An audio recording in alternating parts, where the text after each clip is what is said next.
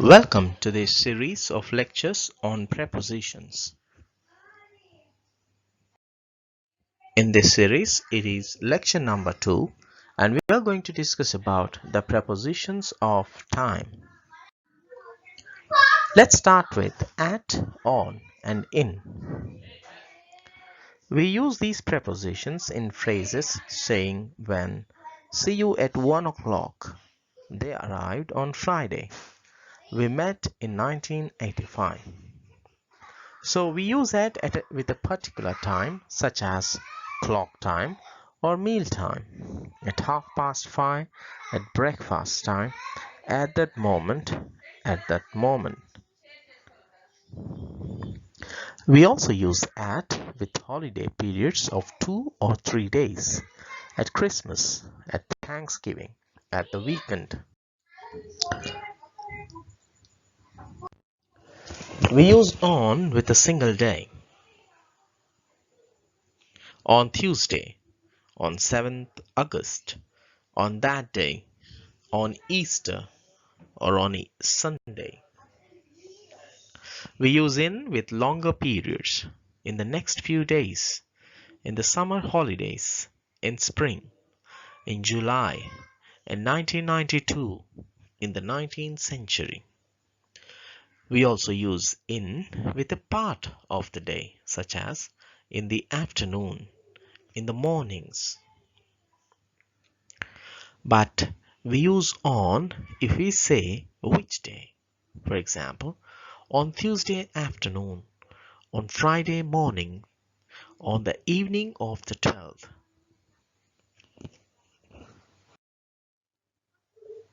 We also have expressions of time without a preposition. We do not normally use at, on, or in phrases of time with last, this, next, every, later, yesterday, and tomorrow. For example, I received the letter last Tuesday. We don't say on last Tuesday. Similarly, we have been really busy this week. We should not say we have been really busy in this week. You can take the exam again next year, not in the next year. The same thing happens every time, not at every time. A week later, I got a reply. We should not say in a week later. Similarly, I'll see you tomorrow morning, not in tomorrow morning. So we do not normally use at, on, or in phrases of time like last, this, next, every, later, yesterday, and tomorrow. We can use other prepositions to also talk about time. For example, after this week, I shall need a holiday. In informal English, we can sometimes leave out on before a day. For example, you can say, I'll see you Monday. But when you're writing something, it's better to use on before the day. That is, I'll see you on Monday. We do not use a preposition with these days or nowadays. For example, it's all done by computer these days. We cannot say it's all done by computers in these days. Rather, it's all done by computers these days. Sometimes we can use the preposition or even leave it out. For example, something else a bit unusual happened that day. Or we can also use on with that and say something else a bit unusual happened on that day. I'd be ill the previous week. I'd been ill in the previous week. They agreed to meet the following Sunday. They agreed to meet on the following Sunday. Now, in is used to talk about a length of time. So we can use in with phrases like in and followed by a length of time.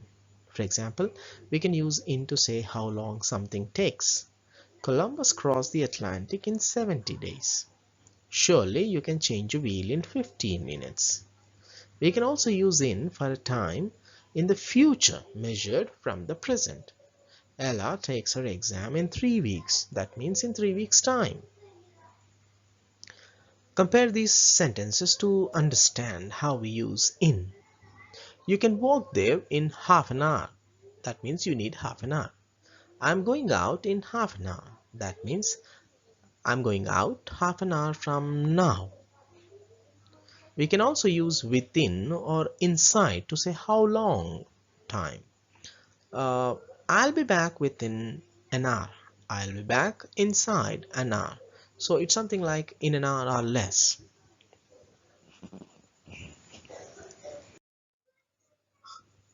We also use during and over to talk about time. We use during with an event, for example, a festival or a period which is a definite time. So if we say that week, that means it's the whole period. Nobody does any work during the festival, or nobody does any work during that week. So during is used to talk about a period of time which is a definite amount of time. We cannot use during plus length of time, which we use generally in. The festival went on for a week. So we cannot say it went on during a week. So we cannot use during plus a length of time. When something happens for the whole period, we can use throughout or all through. The population grew rapidly during the 19th century. We can also say the population grew rapidly throughout the 19th century. Jeremy kept staring at Naomi all during lunch, or Jeremy kept staring at Naomi all through lunch. So when we want to talk about the whole period of time, we can use throughout or all through. We can also use during when something happens one or more times in the period. The letter arrived during the festival. So if something happens in the period, we can say during. I suddenly felt ill during the show. I had to make several trips abroad during the next few weeks. So if something happens more than one times in a period, we can use during. During is a preposition, but while is a conjunction. Someone told me the news during the tea break. Someone told me the news while we were having a cup of tea. So during is used to talk about time as a preposition, while is used as a conjunction to join two clauses. It's a adverbial of time. We can also use over for a whole period of time. Over the next few days, Simon and Kay saw a lot of each other. Over a period of 2 months, there were 100 sightings of UFOs. So we can use over for a whole period of time. So when something happens many times over a whole period of time, we use over. For and since are also used to talk about time. We use for with a period of time to say how long something continues. Rachel plays computer games for hours on end. We cannot say during hours because it is something like it is talking about a period of time, or to say how long it continues. I once stayed at that hotel for a week. It's period of time. I just want to sit down for 5 minutes. Again, a period of time. We do not normally use for before a phrase with all or whole. For example, it rained all day, or we can say it rained the whole day. So when we are talking about all or whole, we generally do not use for. So we can't say it rained for all the day or it rained for the whole day. We can just say it rained all day or it rained the whole day. We often use for and since with the perfect tenses to say how long something has continued or when it started. For is used to say how long something has continued, and since is used to say when it started. Giles has worked here for 10 years now. It's like how long? We haven't been to the theater for months. How long? We have been waiting for 20 minutes. How long? So for is used to talk about time, to mention how long something has continued, whereas since is used to state when it all started. The Parkers have lived here since 1985. Haven't seen you since September. I have been waiting since 12 o'clock. So in these three cases, since is used to talk about when it started, the point of time or the beginning of the action. We use for plus length of time and since plus time when it started. So we say like for 2 years, for a week, for 2 days, for a few minutes. But when we say since 1990, since last week, since Monday, since 2:30. So since is always the point of time or the beginning of time. We can sometimes leave out for in informal English. We have been waiting here 20 minutes. So, but when we are writing, it's better to use we have been waiting here for 20 minutes. We can use during for a period which is a definite time.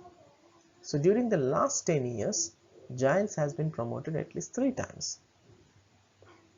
So, it's like a definite period of time, 10 years.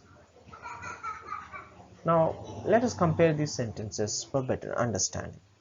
I have been here for 10 minutes. I'll stay for 10 minutes. I have been here since 20 to 4. I'll wait until 4 o'clock. So, in the first two cases, it's like the period of time or the length of time. In the second two cases, it's like when it started, when. I arrived 10 minutes ago. I'm leaving in 10 minutes. So we use the adverb ago for a past action at a time measured from the present. So ago is an adverb which used to talk about a past action at a time measured from the present. Ago comes after the length of time. For example, 10 years ago, months ago. Giles joined the company 10 years ago. That means 10 years before now. We last went to the theater months ago. We use the adverb before for a past action measured from the more recent past. So Giles left the company last year. He did started work there 10 years before. That means 10 years before the last year. So before is used to talk about a past action measured from the recent past. So ago is used to refer to a past action measured from the present time, whereas before is used to refer to a past action measured from the more recent past. Okay, now let's discuss about how we use till, until, and by. We use till or until to say when something finishes. So Jim will be working in Germany till next April. That means by next April his stay will be finished. So we sat in the pub until closing time. That means when something finishes. Till is more informal, whereas until is more formal. For from now to next April, but not he'll be working there to next April. See, so we say like we cannot say that Giles will be working there to next April, but we can say Giles will be working there from now to next April. We we can use up to in a positive sentence. He'll be working there up to next April. So from this we understand that we can either use till, until, or we can use from and to, and we can use up to. Till, until does not express place. We walked to the bridge, or we walked as far as the bridge. We cannot say we walked until the bridge, because till and until talk about time and not place. They are not prepositions of place. So it's better to use to or as far as. But it can be a conjunction.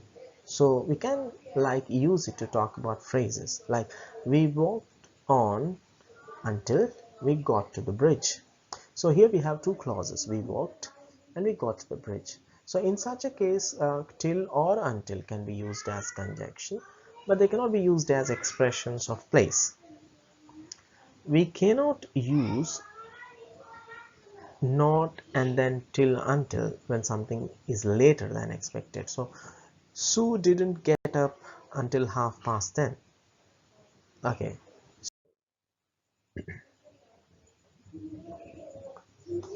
By means not later than. I'm always up by 8 o'clock. That means at 8 or earlier. Can you pay me back by Friday? On Friday or earlier than that. They should have replied to my letter by now. That means they should have not later than now. So observe this. Can you pay me back before Friday? That means earlier than.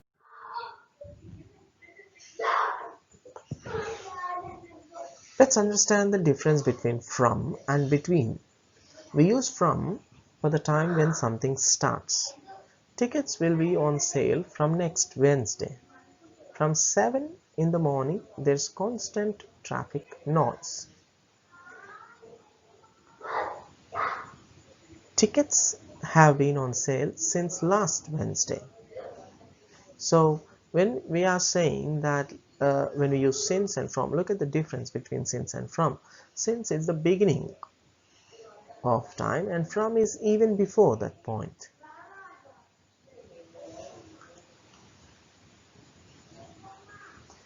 After the phrase with from, we can use to or till or until for the time when something finishes.